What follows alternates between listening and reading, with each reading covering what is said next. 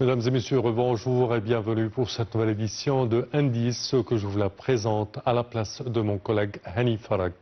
Aujourd'hui, nous sommes le jeudi 7 août 2025 et on commence tout de suite avec cette information. Le président Sisi et son homologue vietnamien ont assisté à la signature de plusieurs accords sur le développement économique local. Le président Abdel Fattah el-Sisi et son homologue vietnamien Luong Quoc ont assisté le mardi 5 août 2025 à la signature de deux protocoles d'accord dans les domaines du développement local et du développement économique. La cérémonie de signature a suivi les entretiens officiels au palais présidentiel d'Al-Tahadiyya. Le porte-parole présidentiel a déclaré que les deux dirigeants avaient eu un entretien en tête-à-tête suivi de discussions approfondies sur les délégations officielles entre les délégations officielles des deux pays. Les discussions portaient sur la promotion des relations bilatérales et la poursuite de la dynamique récente dans les relations entre l'Égypte et le Vietnam, en particulier dans les domaines de la politique, de l'économie, du commerce, de l'investissement, de l'éducation et du tourisme. À l'issue des discussions, les deux présidents ont tenu une conférence de presse conjointe pour faire part des résultats de leurs discussions.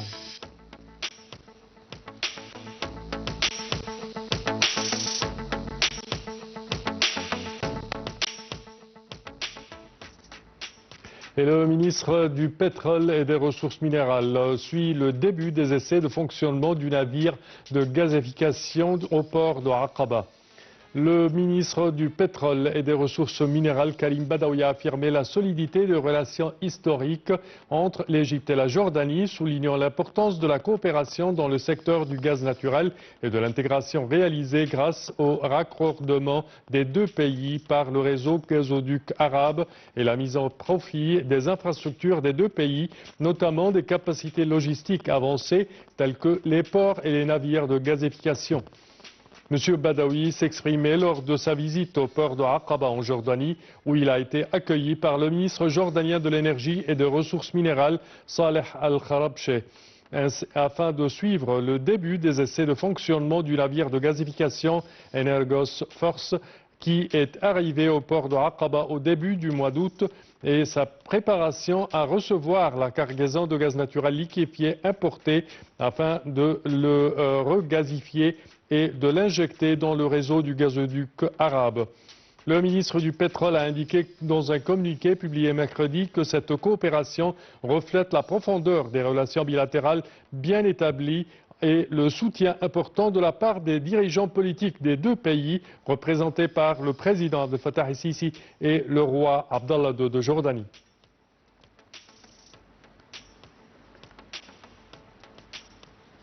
Et un fort rebond du marché automobile égyptien au premier semestre de l'année 2025. Les ventes des véhicules en Égypte ont atteint 74 494 unités au cours du premier semestre de l'année coulante, l'année 2025, contre 37 830 pour la même période en 2024, marquant une augmentation impressionnante de 96,93%. Ces chiffres proviennent d'un rapport publié mardi 5 août par le Conseil d'information du marché automobile, AMIC, une unité égyptienne spécialisée dans l'analyse du marché. Dans le détail, les ventes de voitures particulières ont enregistré une hausse de 97% avec 57 740 véhicules vendus contre 29 236 véhicules l'année précédente. Les ventes d'autobus ont également progressé de 49,7%, passant de 2 955 à 4 420 unités. De plus, le segment des camions a connu une croissance fulgurante de 118,7% avec 12 330 véhicules vendus contre 5 637 au premier semestre de l'année 2024. Cette forte reprise s'explique par la résolution de la pénurie de devises étrangères qui avait paralysé le marché en 2024, notamment l'importation de véhicules et de pièces pour l'assemblage local.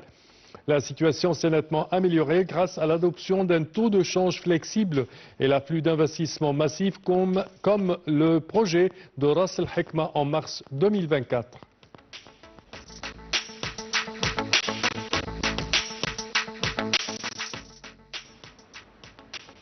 Et les réserves de change de l'Égypte ont grimpé à plus de 49 milliards de dollars américains au mois de juillet. Alors, la Banque centrale d'Égypte, la BCE, a annoncé mardi 5 août que ses réserves de change s'élevaient à 49,03 milliards de dollars américains à la fin du mois de juillet contre 48,7 milliards de dollars en juin. Cette tendance positive se maintient depuis août 2022, où les réserves avaient chuté à 33,14 milliards de dollars. Cette hausse continue pour le 35e mois consécutif s'explique par l'augmentation des recettes touristiques qui ont atteint 8,7 milliards de dollars au premier semestre de l'année 2025. Les transferts de fonds des Égyptiens à l'étranger, une source majeure de devises étrangères, ont également bondi de 82,7%. Les réserves avaient franchi la barre symbolique des 40 milliards de dollars pour la première fois en mars 2024, atteignant 40,361 milliards de dollars. Ce bond faisait suite à l'adoption d'un taux de change flexible et à l'afflux d'investissements massifs du projet de Ras Al-Hikma qui avait injecté 24 milliards de dollars dans l'économie nationale.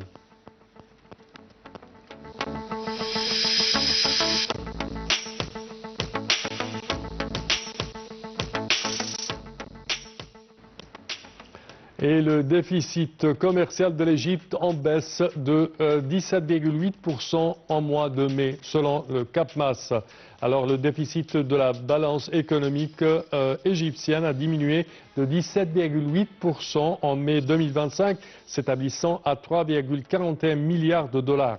Ce chiffre est en recul par rapport aux 4,15 milliards de dollars enregistrés pour le même mois de l'année précédente, selon le rapport de l'Agence centrale de mobilisation publique et de statistique CAPMAS. Cette amélioration est le résultat d'une hausse des exportations conjuguée à une baisse des importations en mai.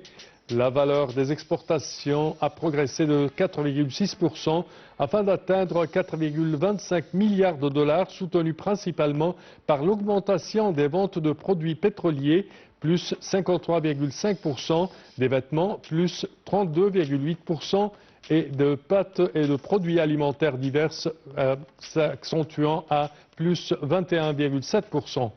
En parallèle, la valeur des importations a reculé de 6,7%, s'établissant à 7,66 milliards de dollars contre 8,21 milliards de dollars en mai 2024. Cette diminution est due à la baisse des importations de produits pétroliers, à savoir moins 20,3%, de matières premières sidérurgiques, de moins 34% et de plastique sous leur forme primaire, de moins 15,9% et de produits chimiques sidérurgiques de moins 18,9%. Le rapport de la CAPMAS met également en lumière l'impact de la forte hausse de la valeur des importations du gaz naturel importé qui a bondi de 93% par rapport à mai 2024. Cette augmentation a largement contribué à la facture des importations, notamment pour répondre à la forte demande locale durant les mois de l'été.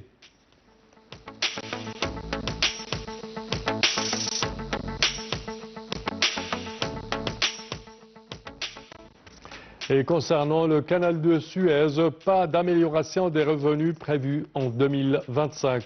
Le chef de l'autorité du canal de Suez a déclaré que les revenus du premier trimestre de l'année 2025 ont atteint environ 1 milliard de dollars, soit un niveau comparable aux revenus de l'année précédente à la même période, soit 959,3 millions de dollars. En 2025, les revenus du canal de Suez ne sont pas prévus à s'améliorer, mais risquent de stagner aux alentours de 4 milliards atteints en 2024, estime le président de l'autorité du canal de Suez, l'amiral Oussama Rabia, dans un entretien avec le site Economy Plus publié samedi 3 août. Cela est dû à la poursuite de la guerre israélienne à Gaza et à l'instabilité persistante dans le sud de la mer Rouge causée par les frappes des Houthis, selon lui. Je cite, « L'autorité du canal de Suez connaît une baisse significative de ses revenus actuels. En 2024, cela a engendré une perte de revenus d'environ 60%, a-t-il affirmé. Les revenus du premier trimestre de l'année 2025 sont estimés à 1 milliard de dollars selon les déclarations de Rabia le 17 avril dernier contre environ 959,3 millions de dollars l'année passée. Par conséquent, les prévisions du Fonds monétaire international, le FMI, publiées le 15 juillet, prévoyant 6,3 milliards de dollars de revenus, ne seraient pas atteints pour l'exercice 2025-2026.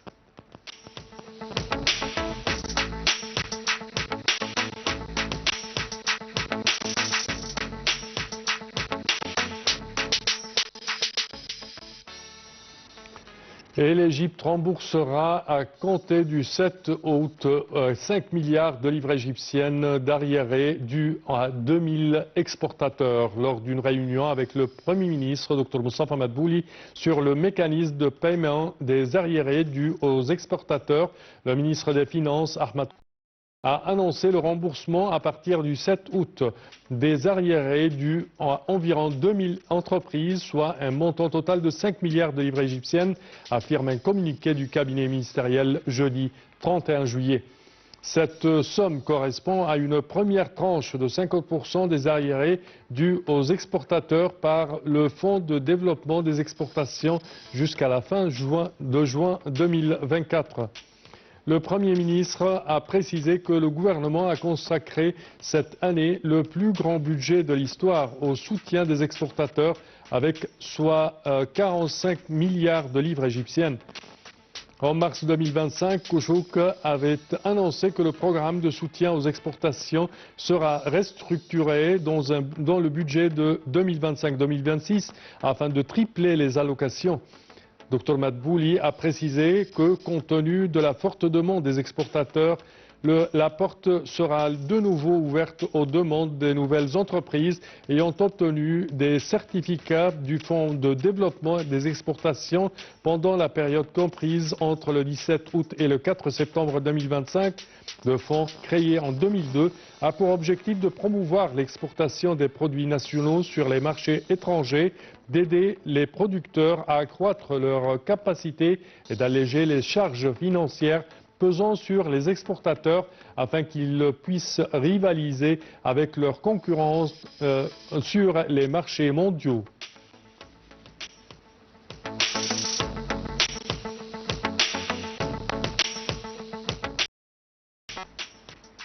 Et ceci conclut, chers téléspectateurs, notre édition d'aujourd'hui de Indice. Je vous remercie de votre attention et je vous donne rendez-vous la semaine prochaine à la même heure. Au revoir.